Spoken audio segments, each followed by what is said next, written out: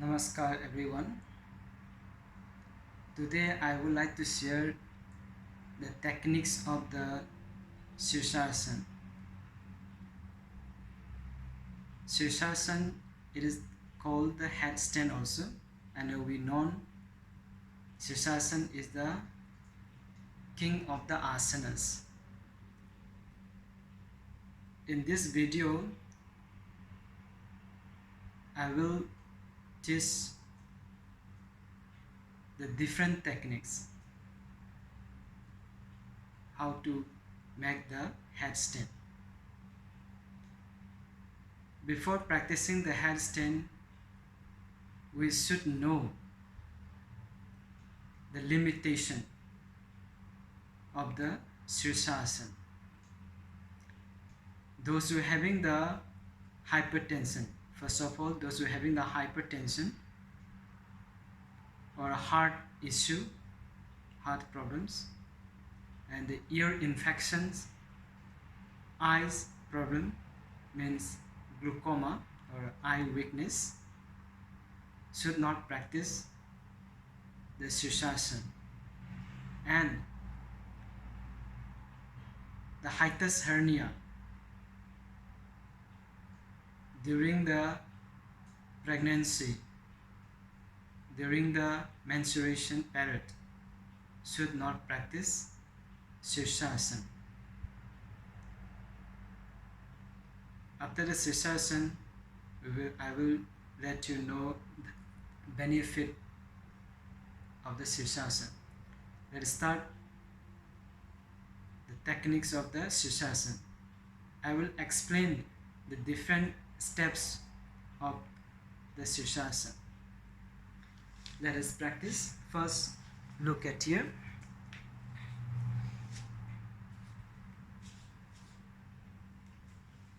For starting the Sirsasana, first we need to do the sit in Vajrasana. This is the starting position of the Sirsasana. We call the Vajrasana. From here, bend forward and keep your forearms on the mat. When you keep your forearms on the mat, your elbows distance. The elbows distance should be wide of your shoulder. You can measure the distance of the shoulder. We can measure like this also. Just hold your elbows by opposite palms and let's just keep on the mat. Then release the hands and then make the fingers interlock. When you make the fingers interlock, your elbows and the palms should be triangle. Make a triangle. Then your hands position. How to keep your palms position? The palms position should be not keep in the 90 degree. It should be 45 degrees. Little open up. Open up. Okay. Then after that, the crown of your head. The crown of your head is on the mat, and the just back side. This back side of the crown should be on your palms.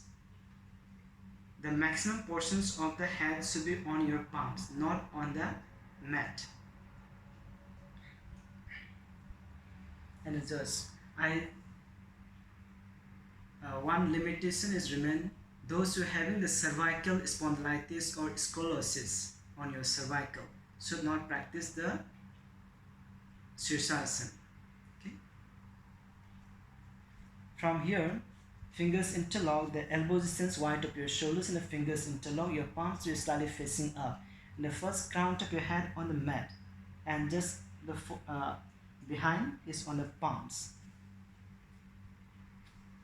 From this position, tuck the toes inside and the knees straight.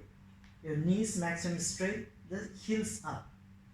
In this position, try to keep your legs very lightly. Don't give your body weight on your legs. Walk your feet inside near to the face as much as you can, and shift your body weight on your arms.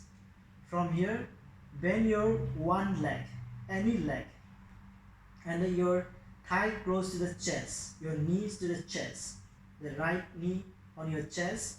Then try to lift up your another one and raise your leg up and joint your feet, thighs close to your body. Take the position here and slowly open your hip, knees up first. Slowly knees up.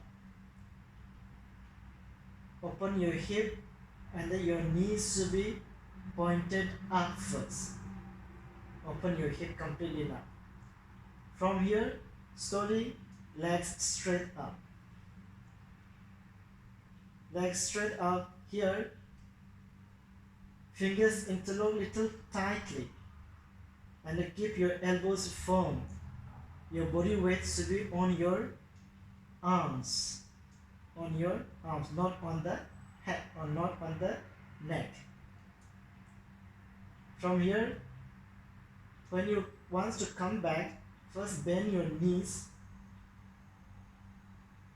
then bend from your waist slowly with the control, and close your thighs to the abdomen, and then one leg down first, then another leg down, and drop your knees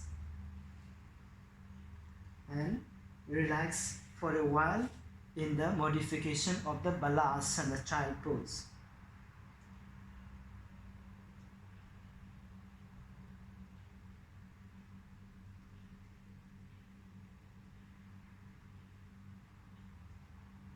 Slowly come up.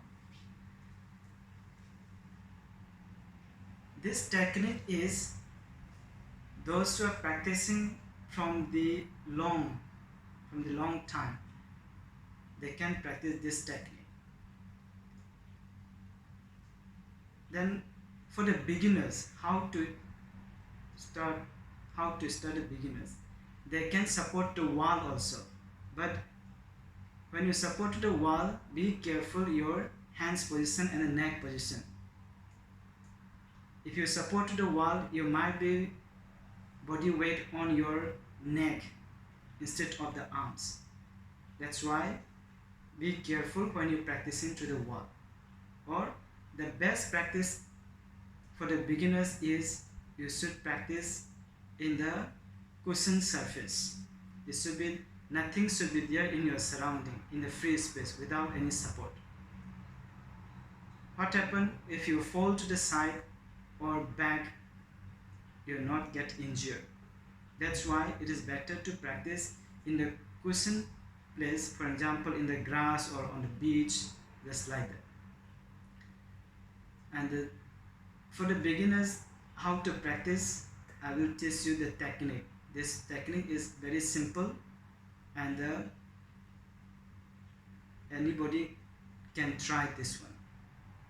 Here also same technique, bend forward and keep your forearms on the mat, fingers interlock.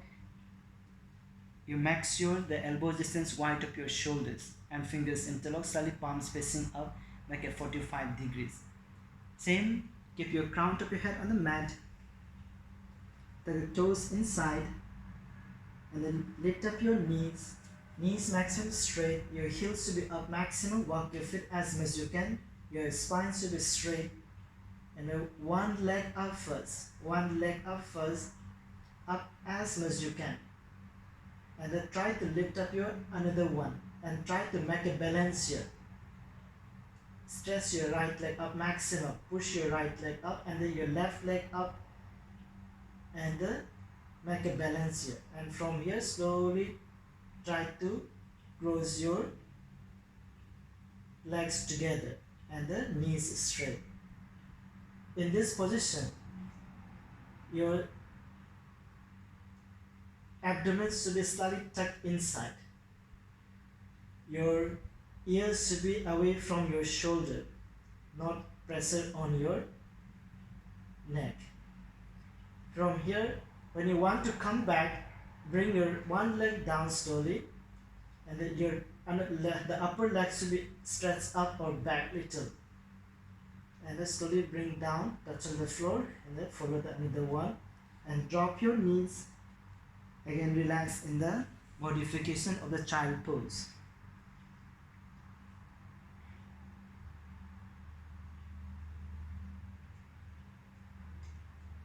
Slowly come up. This technique is an easy one. Why? If you let the one leg up, that one is to be straight up as much you can straight. If you straight up, the down leg, it will become slowly, automatically will come if you leg straight up. But you need to be elbows and hands to be keep it firm on your mat. Okay, this is the second technique. And the third technique, this one is those who are practicing from the long time, means how to do, they knows that people's only. Here the same technique, similar technique what we practice in the first one. Here also same, elbows down, the wide of your shoulders, fingers interlock, palms facing up, and touch your, keep your crown of your head on the mat, knees out, feet inside as much you can. Here, fingers interlock tightly, engage on your arms and the shoulders, engage on your tummy, on your abdomen, and the feet up, bend your knees, and the thighs close to your body, and the feet close to your bums. From here, slowly open your waist, slowly open your hip, try to knees up, and open your hips completely first. From there, finally, knees straight slowly. And this is the final pose, same as before. When you come down also, bend your knees first, then bend from your waist region. Slowly, take your own time. Here, you need to control on your abs, thighs, arms, and slowly bring down on the mat. Drop your knees, toes pointed, and relax in the modification of the child pose.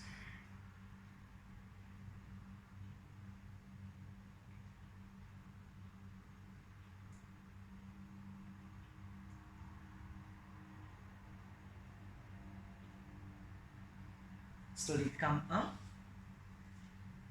Yeah, this is the third techniques. In this third techniques, you need to be strong on your core muscles, arms muscles as well. And this is another next technique is the fourth technique is this is little bit advanced. For this technique, you need to be strong on your thighs muscles, abdomen muscles, and the arms muscles as well, and your shoulder muscles as well. Let's try the same technique, starting elbows down, wide of your shoulders, fingers interlock, slowly palms facing up. Keep your crown of your head on the mat, tuck the toes inside and the knees up. Here also toes, heels up maximum, toes inside as much as you can.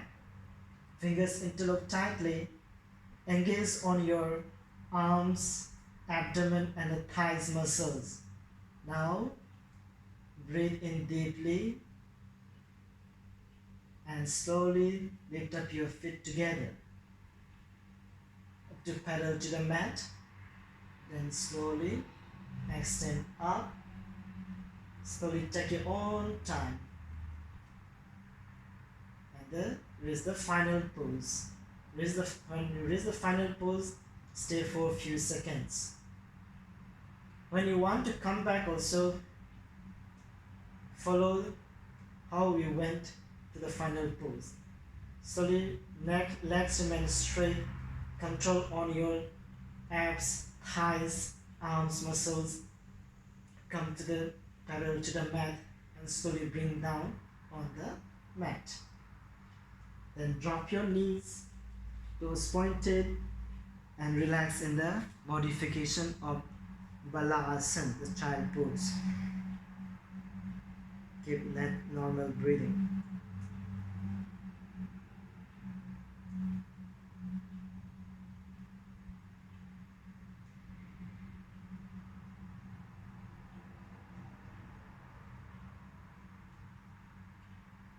Slowly come up. This one is the fourth technique. This one is little bit advanced. Those who having the more strong on your arms, abdomen, thighs, they can practice this technique. The last technique, the fifth one, is little tactics. We need to be more strong this one. This was the last technique is we have to start from the standing. But for the beginners, don't practice this one. If you want to practice under the proper guidance of the expert teachers, you can practice. Okay? Open your legs first, just 3 to 4 feet. Breathe in both arms up, breathe out, bend forward, and keep your palms in the mat. Keep natural breathing. When your next breathe out, go further down and come to the elbows on the mat. Here also same technique, the hands positions are the same technique, all the 5 techniques. Elbows distance wide of your shoulders, fingers interlock, and keep your crown of your head on the mat. From here, your heels should be out, heels out. Give your body weight more on the arms, and slowly try to lift up your toes from the mat, and open your legs and bring up from the side. Then slowly close your legs and feet together. This is the final pose, the last technique. When you want to come back, slowly open your legs first to the side and bend from your waist with a control, and slowly bring down toes on the mat. And head up, keep your palms on the mat, breathe in, arms up, breathe out, hands down, and close your legs and relax in the modification of the child pose.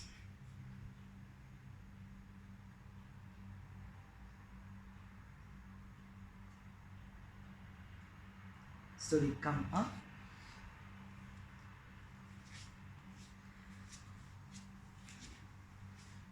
These are the 5 techniques of the Sirsasana, the headstand. As my experience, everybody wants to practice the headstand. For the preparation of the headstand, you need to be strength on your arms, shoulders, core muscle as well.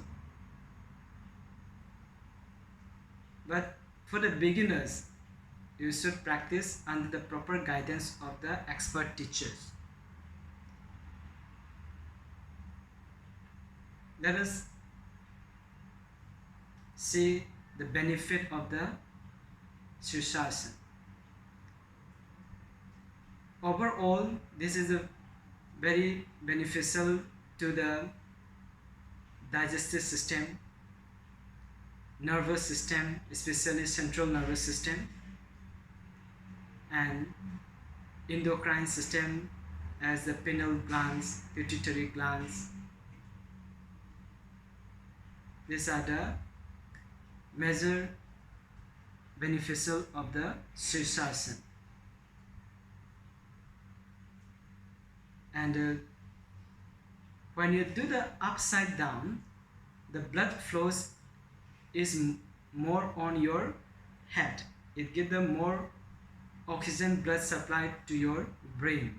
That's why it gets the more beneficials on your central nervous system.